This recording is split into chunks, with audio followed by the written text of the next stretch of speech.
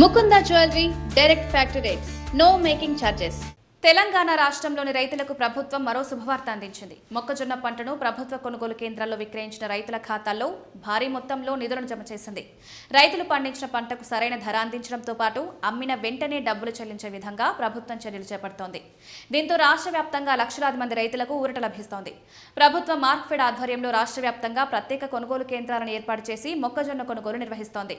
రైతులకు క్వింటాకు 2400 రూపాయల మద్దతు ధర అందిస్తూ పంటను సేకరిస్తోంది. ఈ క్రమంలో రాష్ట్ర వ్యాప్తంగా 338 కొనుగోలు కేంద్రాల ద్వారా సుమారు 2.41 లక్షల మంది రైతుల నుంచి 13.42 లక్షల టన్నుల మొక్కజొన్నను కొనుగోలు చేసినట్లు అధికారులు వెల్లడించారు.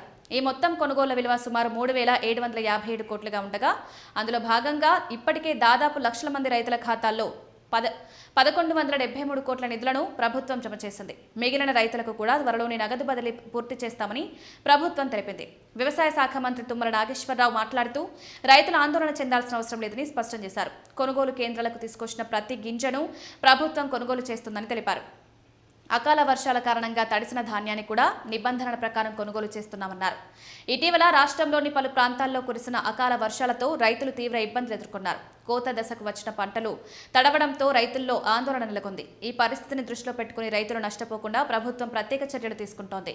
తడిసిన ధాన్యాన్ని కూడా సేకరించి బాయిల్డ్ రైస్ మిల్లులకు తరలిస్తున్నట్లు అధికారులు తెలిపారు. ప్రస్తుతం రాష్ట్ర వ్యాప్తంగా సుమారు 57 లక్షల టన్నుల ధాన్యాన్ని ప్రభుత్వం కొనుగోలు చేసింది. ఈ ధాన్యాన్ని విక్రయించిన 8.15 లక్షల మంది రైతులకు ఇప్పటికే నిధులు విడుదల చేసినట్లు ప్రభుత్వం వెల్లడించింది. వీటిలో 9,214 టన్నుల తడిసిన ధాన్యం కూడా ఉన్నట్లు అధికారులు పేర్కొన్నారు. అవసరమైన చోట్ల ఇసుక రవాణా చేసే లారీలను కూడా కొనుగోలు కేంద్రాలకు వినియోగిస్తున్నారు. ఈ ఏడాది రాష్ట్రంలో రికార్డు స్థాయిలో ధాన్యం కొనుగోలు జరుగుతున్నాయని ప్రభుత్వం పేర్కొంది. ప్రతిపక్షాలు చేస్తున్న విమర్శలను పట్టించుకోవాల్సిన అవసరం లేదని, రైతులకు పూర్తి స్థాయిలో మద్దతుగా నిలుస్తున్నామని ప్రభుత్వం తెలిపింది.